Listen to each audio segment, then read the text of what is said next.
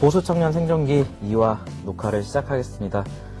사실 1화 녹화 이후에 저희가 2화를 찍을 수 있을까라는 생각이 많이 들긴 했는데 뭐 어떻게 이렇게 2화를 녹화하게 돼서 참 다행이라는 생각이 듭니다. 그럼요. 네, 김정수 씨 한 주 동안 잘 지내셨나요? 너무 잘 지냈죠. 뭐하고 지내셨어요? 당신이랑 같이 네, 임승우 대변인과 같이 청년정책연구위원회에서 이번에 프로젝트를 새로 했잖아요. 그래서 창업편 진행하고 있어서 발대식도 하고 그 전에는 준비하느라 좀 바쁘게 지냈던 것 같아요. 상당히 바쁘게 지내시네요. 네, 같이 지냈죠.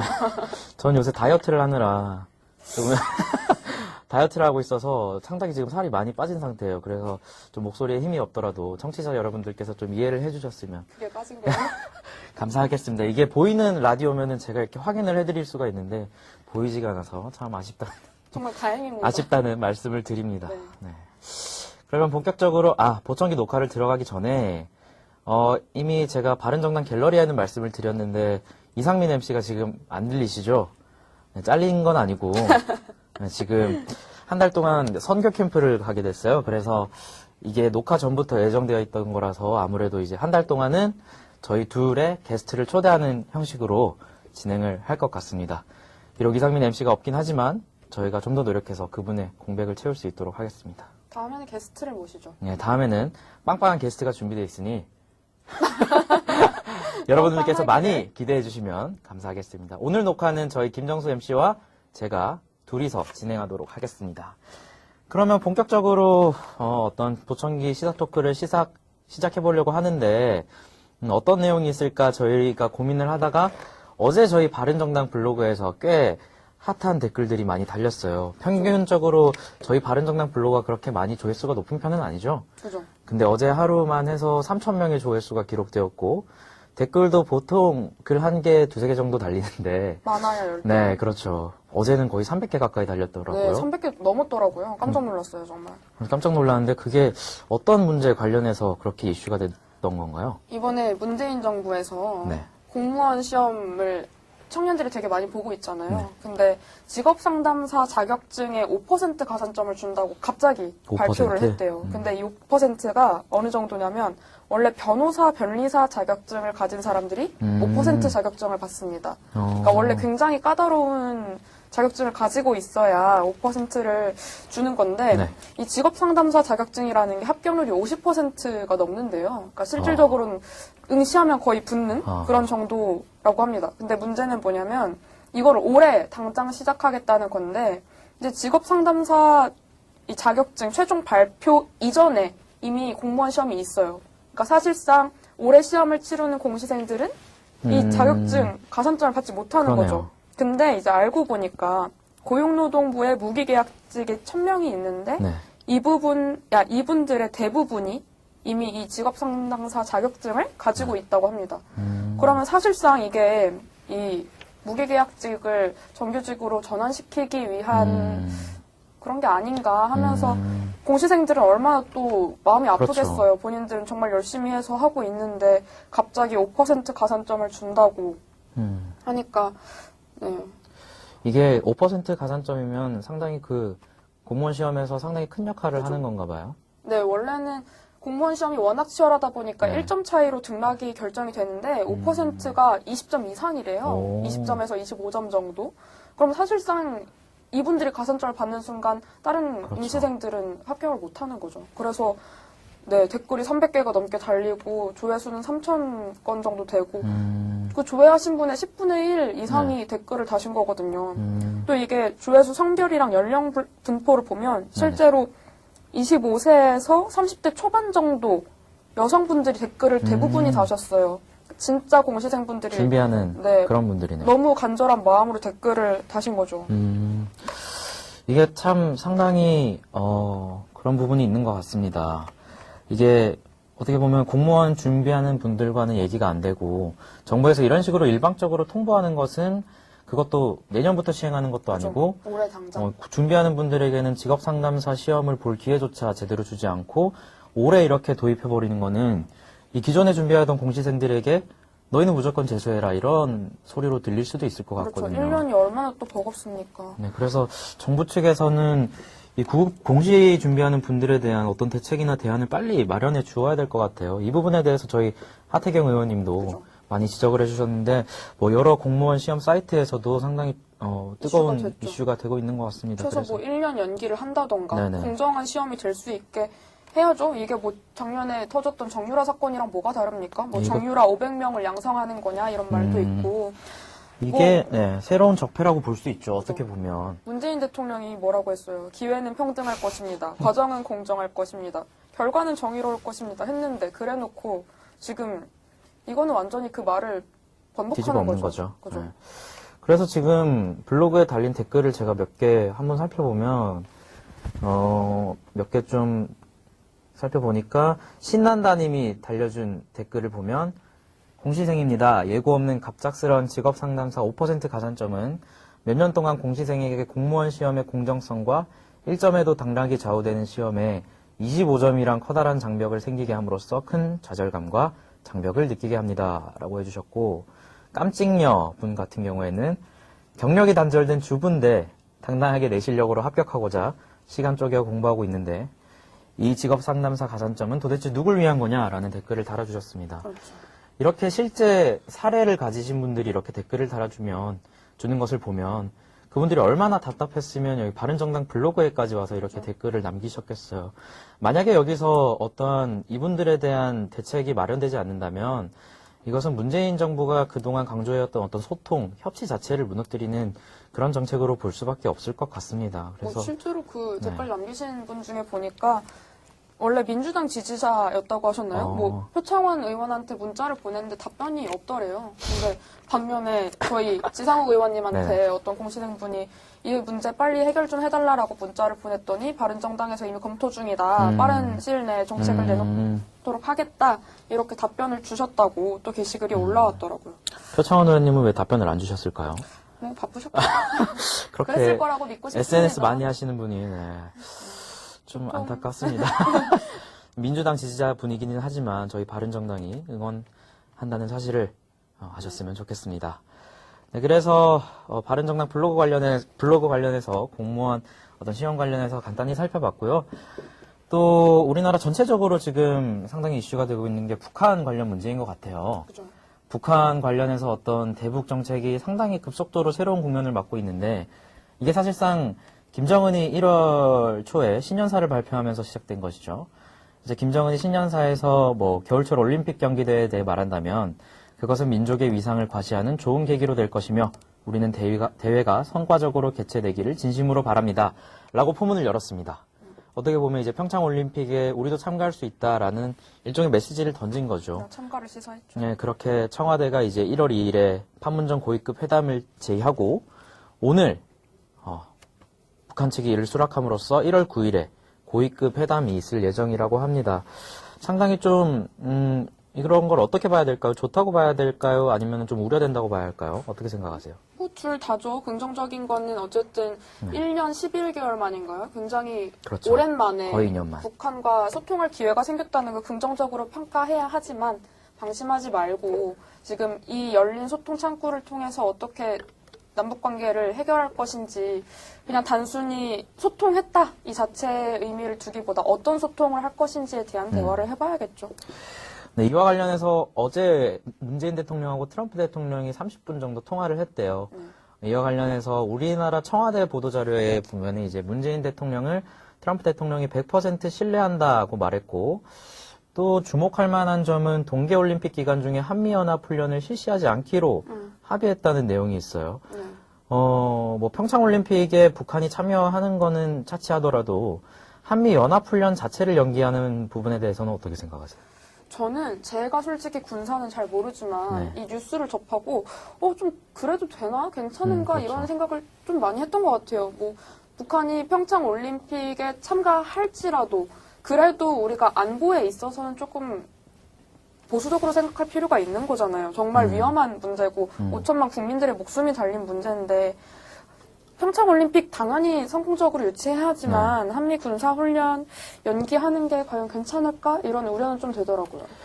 저도 약간 그런 부분이 있는 것 같아요. 어떻게 보면 한미연합훈련은 평창올림픽이라는 스포츠와는 달리 안보라는 분야인데 전혀 별개인 분야인데 마치 어떤 우리가 카드를 던져주고 우리가 이거 연기하면 너희도 여기 참가해라 라고 하는 것은 그러니까 안보를 너무 수단으로 생각하는 것이 아닌가라는 우려가 충분히 될 것 같습니다. 또 차후에 어떤 대북 관계가 경색됐을 때 또 북한 측면에서는 너희들 그때 한미연합훈련 연기하지 않았느냐 이번에도 그렇게 해달라라고 해서 주도권을 조금은 넘겨줄 수 있는 그런 부분도 있지 않을까라는 우려가 됩니다. 뭐 어쨌든 문재인 대통령에 대해서 트럼프 대통령이 신뢰를 한다고 했으니 이제 1월 9일에 있을 고위급 회담을 지켜봐야 할 것 같은데요.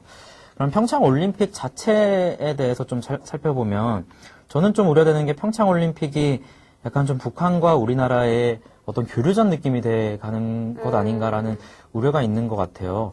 대표적인 게 이제 피겨 단일팀 얘기인데 최문순 강원도지사가 이제 북한 측 체육 관계자들과 만나서 출전 제안을 하면서 피겨 단일팀에 대한 의견을 전달했대요. 그래서 이에 대해서 우리나라 피겨팀은 전혀 어떤 정보를 전달받지 못했고 그래서 우리나라 피겨 페어의 유일한 팀인 감강찬, 김기훈조가 출전권을 양보해야 될 수도 있는 상황이라고 해요.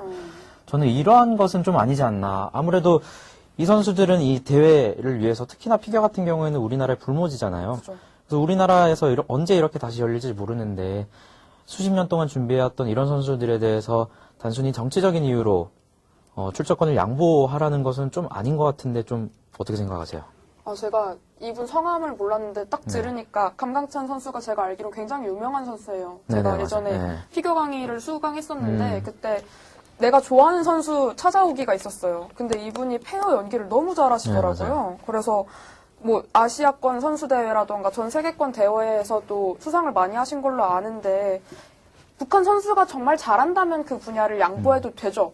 정정당당하게 실력을 겨뤄서 양보하는 건 좋습니다. 근데 그게 아니라면 그냥 북한 선수란 이유만으로 그들이 쌓아온 몇 년간의 수십 년간의 노력을 뒤로 하고 양보해야만 하는가.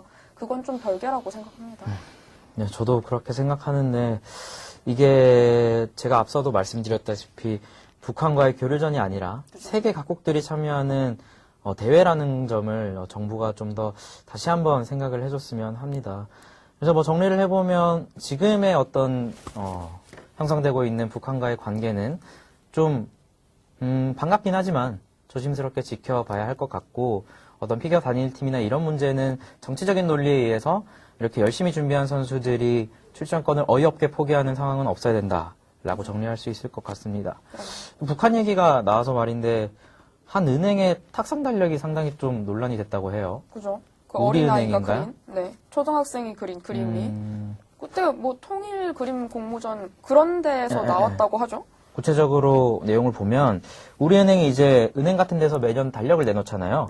탁상 달력을 내놓는데 10월자 달력의 그림을 보니까 통일나무라는 나무 그림을 그려놓고 왼쪽에는 태극기, 오른쪽에는 인공기를 그려놓고 어떤 김정은화, 김정일화로 추정되는 꽃이 그려져 있는 그림이 그려졌다라고 하면서 일부 보수단체에서는 이제 우리 아이들에게까지 어떤 그런 적색 사상이 교육되었다라는 주장이 나오고 있는데 이러한 부분에 대해서 뭐 동의를 하시나요?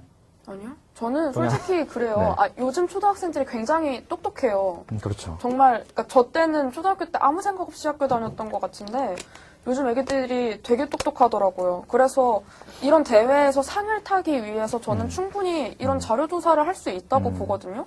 뭐 북한의 국기가 어떻게 생겼는지, 북한이 어떤 꽃이 유명한지 이런 거를 자료 조사를 해서 내가 이런 걸 하면은 상을 탈 수 있겠지라는 마음으로 애기들이 통일 그림이잖아요. 충분히 할 수 있다고 보는데 이걸 가지고 뭐라 그러죠? 빨갱이다.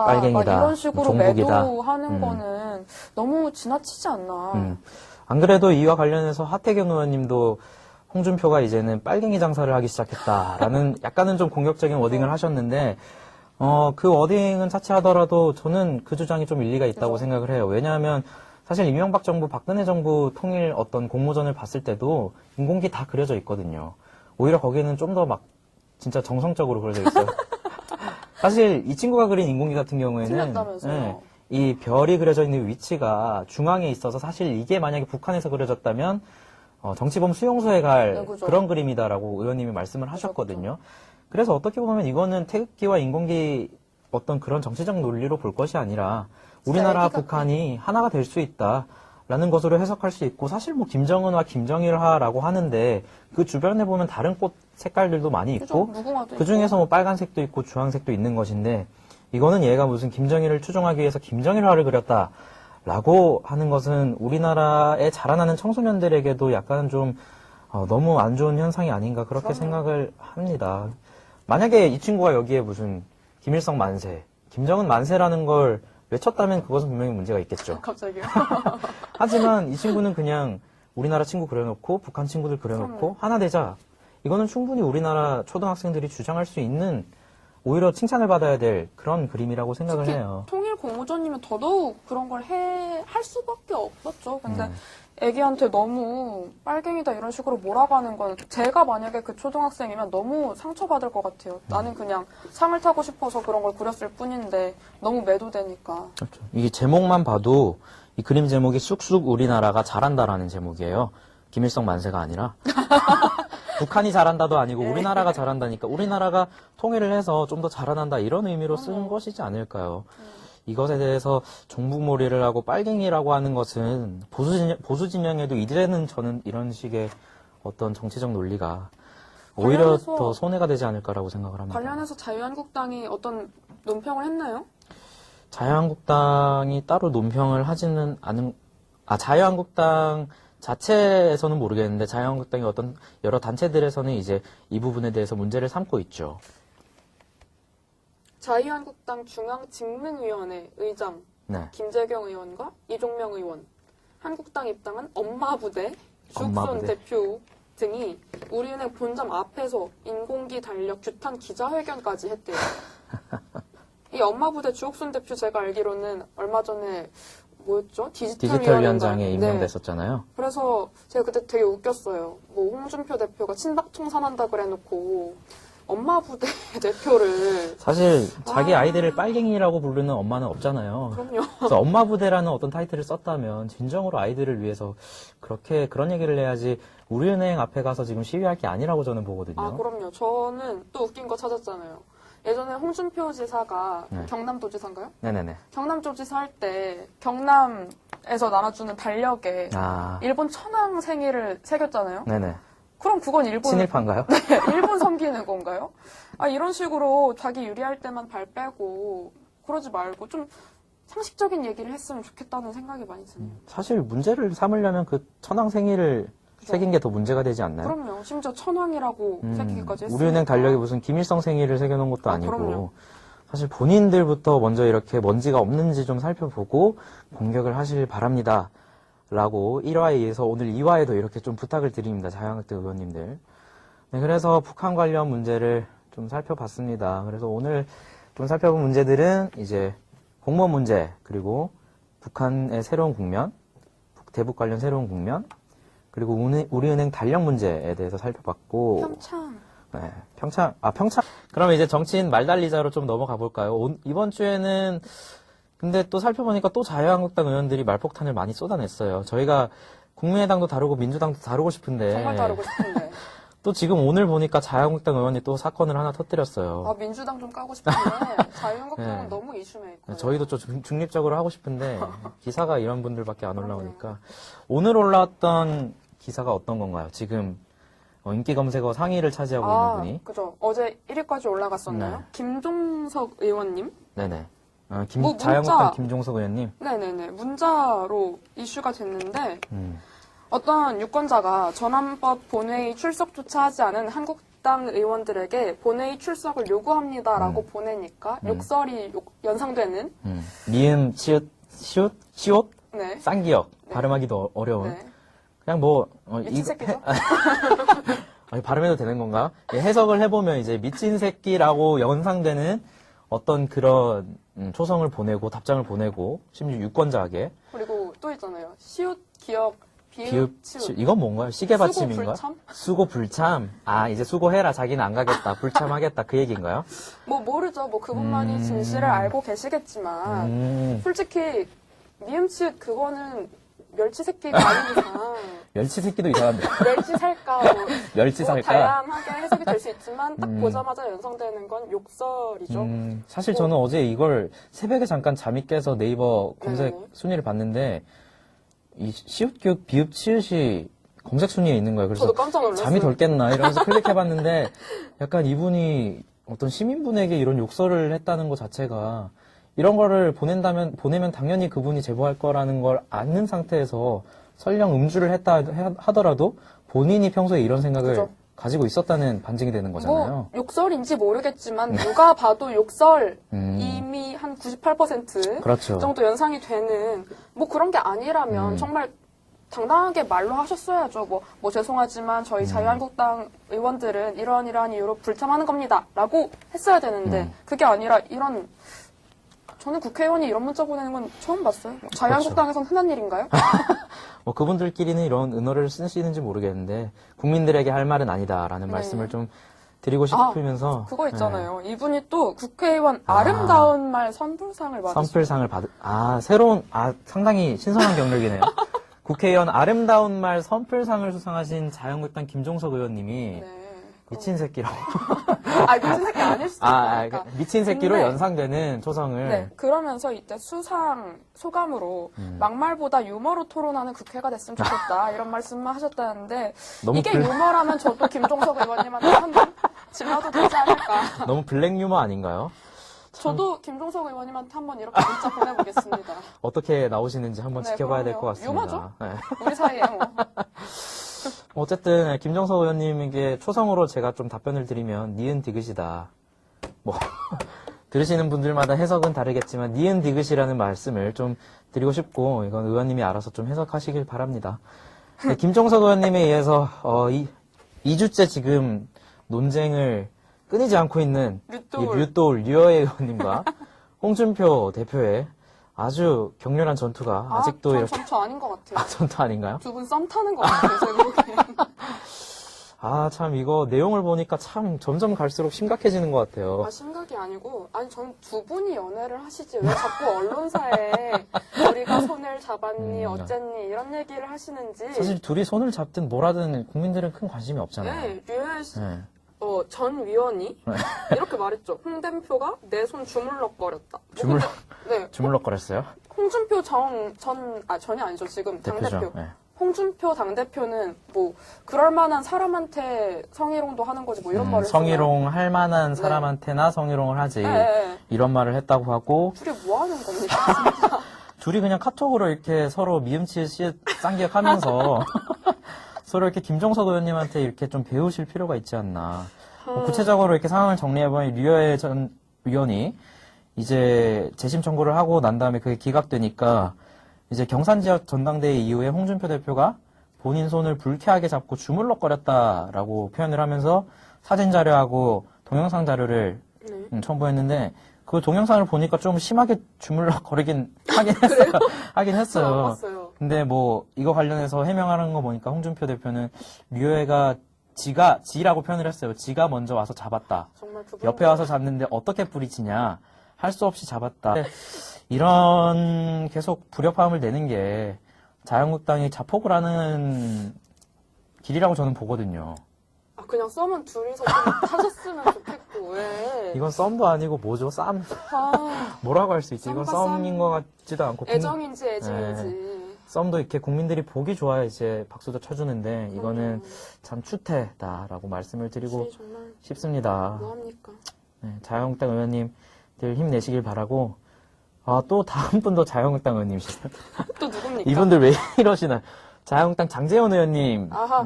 계시네요. 전 바른정당 의원, 현 그럼요. 자유한국당 장제원 의원님. 이 한 말씀을 해주셨는데 어제 썰전에 이렇게 각 정당의 대표분들이 한 분이 나오셨는데 이제 통합신당 얘기가 나왔는데 뭐 저는 보진 못했는데 기사를 난 걸 보니까 자유한국당에서 이렇게 국민의당과 바른정당 통합신당에 합류하는 의원이 한 명이라도 생긴다면 자기 국회의원직을 내놓겠다. 지지도 않을 거면서. 라고 말씀을 하셨는데 네. 이 약속 과연 지키실 수 있을까요? 못 지키죠. 그게 뭐 언제 넘어오실지 모르는데 뭐 1년 뒤에 넘어와도 직 버리겠다라고 그렇죠. 말씀하시더라고요. 썰 좀 보니까. 제가 봤을 때는 이분도 기회 바뀌면 오실 것 같은데. 자유한국당 그럴 국회의원직을 수 있죠. 내놓고 통합신당 국회의원직을 달겠다 이런 식으로 변명하진 않을까. 괜찮네요. 교묘하네요. 참 이분 좀 지킬 수 있는 어떤 그런 말들을 좀 하셨으면 좋겠다는 말씀을 드리고 싶습니다. 제가 봤을 때는 자유한국당 의원석이 지금 120석이잖아요. 맞네요.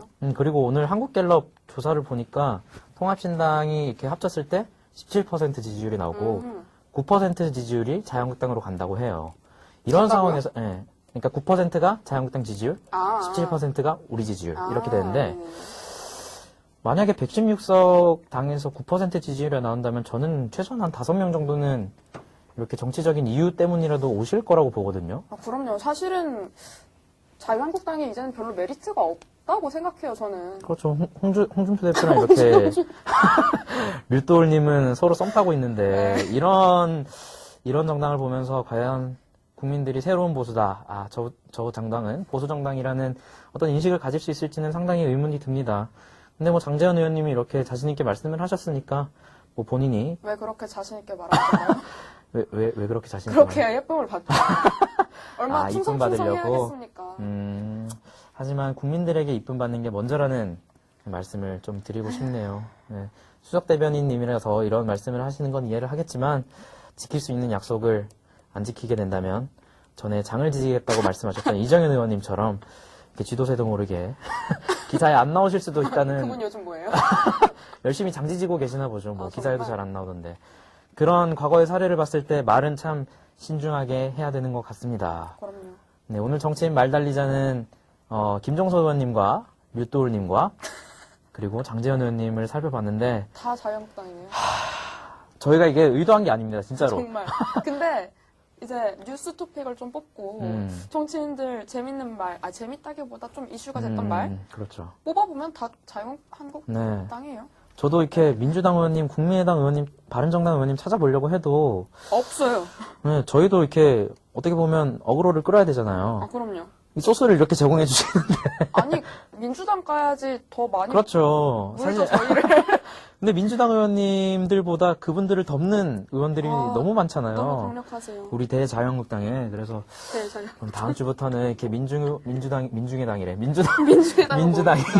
민주당과 국민의당 의원님들 말씀도 좀 드리고 싶다는 말씀을 드리면서 오늘 정치인 말달리자는 자유한국당 세 분의 말 이슈로 말말말으로 마칠 것 같습니다. 네, 오늘 녹화는 좀 상당히 빨리 끝난 편인 것 같네요. 너무 빨리 끝났나요? 아무래도 이상민 씨의 부재가 좀 크긴 한데 아무래도 다음 주부터는 이렇게 저희가 사실 바른정당 마이너 갤러리를 잘 보고 있습니다. 사실 저도 글을 올렸고 여러분들이 글을 올리신 걸 많이 봤는데 사실 이번 주 녹화에 당장 반영하기는 좀 어려울 것 같아서 사실 여러분들이 추천해 주신 어떤 김모 대표나 어떤 이모 의원님도 김모 대표요? 네, 90백말띠 대표님 네, 그래요? 그분도 이렇게 따뜻하신 분? 따뜻하신 분도 사실 오늘은 스케줄이 어려우셔서 다음번에 꼭 참여해 주시기로 했으니까 아마 다음 녹화 때부터는 어떤 의원님이나 어떤 그런 대표님들을 모시면서 한번 녹화를 진행해 보려고 합니다. 저희가 이렇게 말했는데 안 나와주지 않겠죠? 네, 저희는 장재현 의원님처럼 지키지 못할 약속은 하지 않습니다. 저희는 지킬 수 있는 약속만 하기 때문에 믿어주시고 앞으로 꾸준히 열심히 들어주신다면 저희가 좀 더 이렇게 흥미로운 분들을 만나면서 인터뷰를 할 수 있을 것 같습니다. 네, 오늘은 상대적으로 2명이 진행하다 보니까 이렇게 좀 시사 위주로 가고 약간 좀 이상민 씨가 진행하는 어떤 성대모사 코너는 없었지만 제가 김무성 대표? 네, 김무성 대표 성대모사를 할 줄 알았어야 되는데 제가 뭐 박민영 안 하시는 게 나을 것 같아요. 네. 박민영 대변인 성대모사도 못하고 전혀 어울리지 않습니다. 네, 죄송합니다. 만약에 이상민 씨 공백이 길어지면 저라도 성대모사를 연습해서 최대한 한 50%라도 비슷하게 해오는 걸로 하겠습니다. 가능합니까? 저번에 안철수는 비슷했잖아요. 아니요. 실망입니다. 아니에요. 아무튼 네. 앞으로는 가자 해주세요. 가자도 한번 했어야 되는데 하기였죠. 여러분 끝까지 가자. 저희들이랑 가셔야 된다는 거 땀이 나네요. 명심해 주시면서 끝까지 저희 보청기랑 함께 해주셨으면 좋겠습니다. 네, 오늘 보수 청년 생존기 보청기 녹화는 이쯤에서 마치게 될 것 같고요. 다음 주에는 좀 더 알찬 프로그램 그리고 새로운 게스트분과 함께 진행하는 보청기가 되도록 하겠습니다. 오늘도 이렇게 서투른 방송 끝까지 들어주셔서 혹시 들어주시고 계신 분이 있다면 들어주셔서 감사하다는 말씀 드리면서 녹화를 마치겠습니다. 감사합니다. 이제 새해 복 많이 받으세요. 새해 복 많이 받으세요. 감사합니다. 앞에 써야 돼요.